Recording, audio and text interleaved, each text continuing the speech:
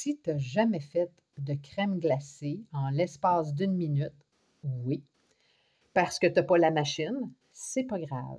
La crème glacée aux bananes, c'est la solution, puis, une grande révélation dans ta vie. C'est une grande histoire d'amour qui débute. Des bananes congelées, 4 à 5 pour 2 personnes, un petit peu de sel, de l'extrait de vanille pur, du vrai extrait de vanille, pas de l'artificiel. Tu mets ça dans ton moi j'ai un Ninja, mais c'est un processeur, un robot qui est très puissant. Tu peux avoir aussi un Blendtec ou un Vitamix. Tu mets ça pendant 1 minute dans ton robot et puis ça va devenir très onctueux. Ça, c'est ta base. Ensuite, bon, moi, je suis allée prendre des bleuets dans une ferme organique pas loin de chez nous. C'est vraiment bon. Et puis, ben, je pouvais pas toutes les manger. Fait que j'en ai congelé et puis j'en ai rajouté par la suite dans ma crème glacée. Et voilà ce que ça donne.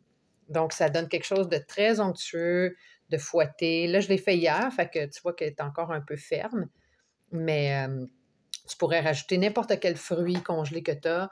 Tu peux y aller avec une thématique chocolatée ou hawaïenne. C'est vraiment là, après ça, c'est les saveurs que tu veux. Tu les rajoutes après. Tu peux même juste les mélanger à la main.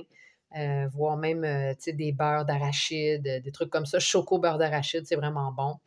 Puis si tu es pour faire avec choco, cacao en poudre pure, puis moi, je te dirais, rajoute de la poudre de caroube. C'est vraiment super bon, de la poudre de caroube. Ça fait un beau mélange. Donc, c'est pas trop cacao. Ça fait vraiment une belle saveur chocolatée. Puis le caroube en tant que tel, tout seul, c'est unique comme goût. Pas tout le monde qui aime, mais mélanger avec la cacao, c'est vraiment chouette. Et puis là, ben, tu pourrais rajouter aussi du sirop d'érable ou du miel, c'est comme t'aimes, ou de sirop d'agave, comme tu le sens. Ou puis même juste moi, comme moi je le fais, banane avec l'essence de vanille qui va vraiment rehausser le sucré de la banane, le sel qui va donner un petit goût, une petite pincée de sel que tu as besoin.